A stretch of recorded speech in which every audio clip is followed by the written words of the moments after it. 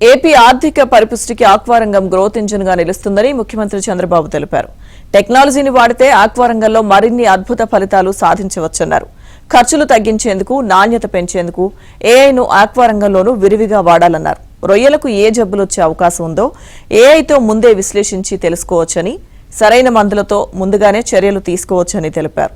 సాంకేతికతను జోడించి నూతన పద్ధతులు అవలంబిస్తే ఆక్వా రంగంలో 30% వృద్ధి రేటు సుసాధ్యం చేయవచ్చని చెప్పారు.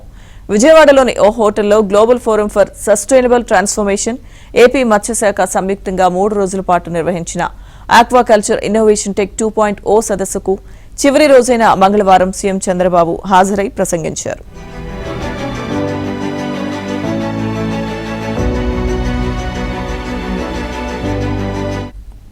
రాష్ట్రంలో ప్రస్తుతం ఉన్న 4 లక్షల ఎకరాల ఆక్వా సాగు 2029-30 నాటికి 10 లక్షల ఎకరాలకు పెరగాలని చంద్రబాబు అన్నారు. అయితే కాలుష్య రహితంగా ఆక్వా సాగవ్వాలని చెప్పారు. ప్రకృతి సేద్యం ద్వారా ఏపీ ఆక్వా ఉత్పత్తులకు ప్రపంచవ్యాప్తంగా డిమాండ్ ఏర్పడుతుంది అన్నారు. ఈ విధానాన్ని అమలు చేయాలని అన్నారు. ఆక్వా దాణా విషయంలో తగు మార్పులు చేయాలని చెప్పారు. ప్రతి ఆక్వా రైతు సాగు వివరాలు రిజిస్టర్ చేయించుకోవాలి. ఇష్టానుసారం చేస్తానంటే మాత్రం ప్రభుత్వ నిబంధనల ప్రకారం వ్యవహరిస్తుందని అన్నారు. ఆక్వాకు ప్రాధాన్యమే తమ ప్రభుత్వ అభిమతం అన్నారు.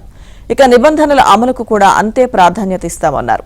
కాలుష్య నియంత్రణ విషయంలో కఠినంగా ఉంటామని చంద్రబాబు చెప్పారు.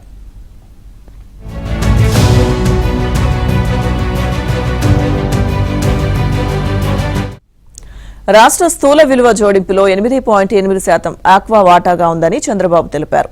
ఉత్పత్తి తక్కువ ఉన్న వియత్నాం వాళ్లు విలువ జోడింపులో ముందున్నారు. వియత్నాం 3.9 మిలియన్ టన్నుల ఎగుమతులతో $13 బిలియన్ ఆర్జిస్తుండగా మనం 5 మిలియన్ టన్నుల ఎగుమతి చేస్తూ $3 మిలియన్ మాత్రమే ఆర్జిస్తున్నామన్నారు.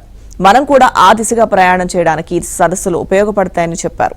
పంటల ఉత్పత్తితో పాటు ప్రాసెసింగ్ ఉంటేనే వ్యవసాయ ఆధార పరిశ్రమకు భవిష్యత్తు ఉంటుందని చెప్పారు.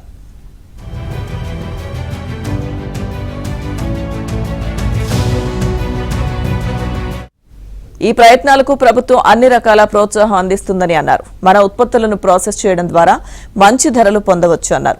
ప్రపంచ ఆహార అలవాట్లు మారుతున్నాయి.